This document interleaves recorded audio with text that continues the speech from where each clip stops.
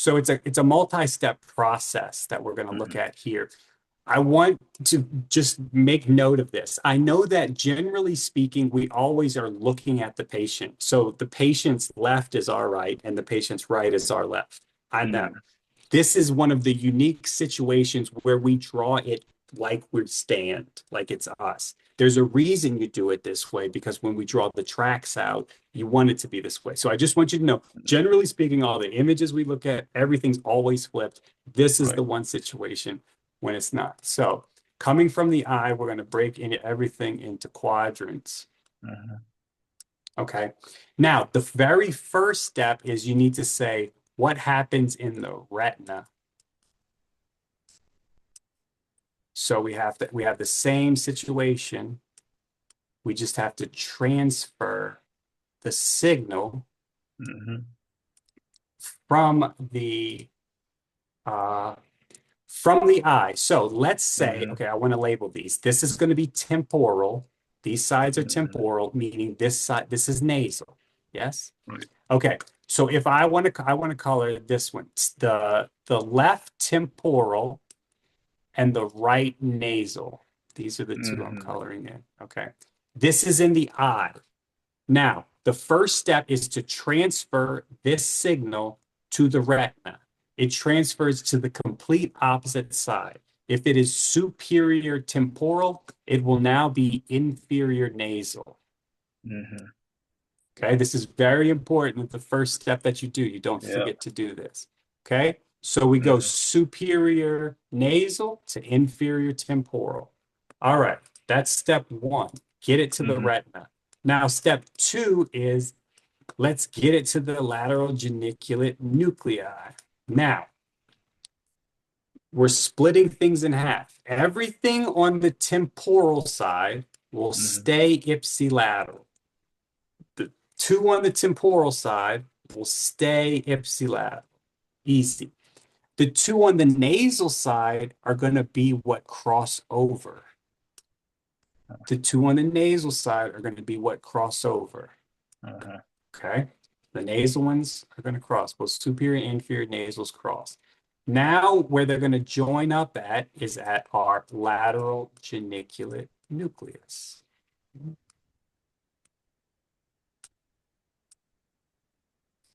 All right. So what you can appreciate here is by splitting them, we kind of delineated our lefts and rights. The Mhm. outer aspect of the eye stayed outside and our inner aspects crossed. So we did our lefts and rights. Okay. Now what's going to happen is you're going to want to delineate your superiors versus inferiors. So we know that both of these signals, this signal here, right here is going to this lateral geniculate nucleus, and Mhm. so is this one, right? So they're going to Yep. join up here.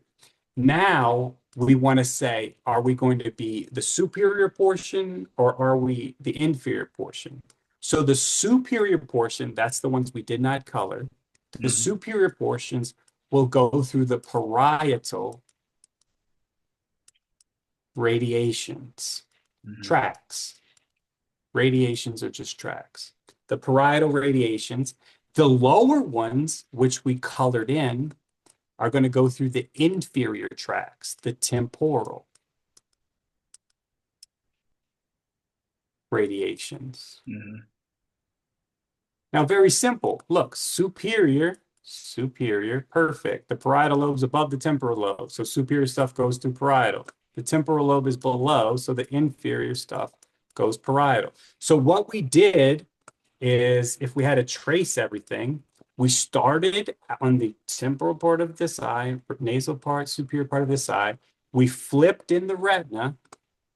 Then we tracked everything to the lateral geniculate nucleus. Now, because we are inferior in the retina, we're going to take our temporal radiations. Okay. Mhm. Now, from here, the parietal radiations and the temporal radiations are going to go all the way back to the occipital lobe where they're processed.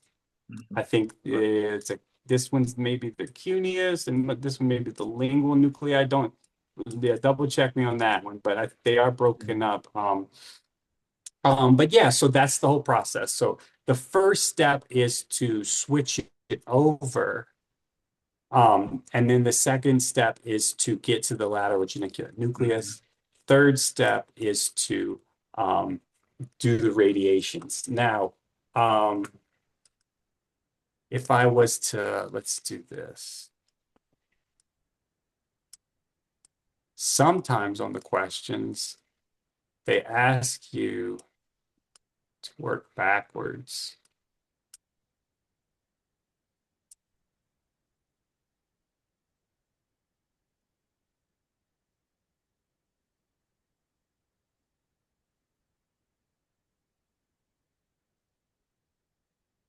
Okay. Um, so first we're going to always, the first step is always wherever we are in the eye, like we said, excuse me, we're going to switch it to the retina. Wait, that's where we started last time, I think. Let's do this. We'll start down here. And then end up here. Actually, let's not do this. I want to do an example. Let's do it this way. Okay, so let's say I cut this fiber here. Okay. So the lateral geniculate nucleus. So if we work backwards to the retina, and I said I cut the parietal radiations, that means I cut the fibers that were in the superior portion, right here. And that would mean I cut these right here, right? Those were what ended up going to the parietal radiation. This side is nasal, so it crossed over to get to the LGN. This side was temporal, it stayed. And because they were both in the superior quadrant of the retina, that's parietal radiation. But that's not the answer to the test question. The test question is simply going to be like, what quadrant of the eye do you lose? So you see, we worked completely backwards. We took the radiation, we worked backwards, found where it was in the retina, and then transposed it onto the eye. So your lecture, let me see. Yeah, I wanted to see these. So this one's very interesting. You've learned about this, but you didn't know what it was. This is what happens when you get a pituitary tumor. So very oddly, bitemporal loss of vision. You appreciate that? Bitemporal, strange that you get bitemporal. So watch what actually happens.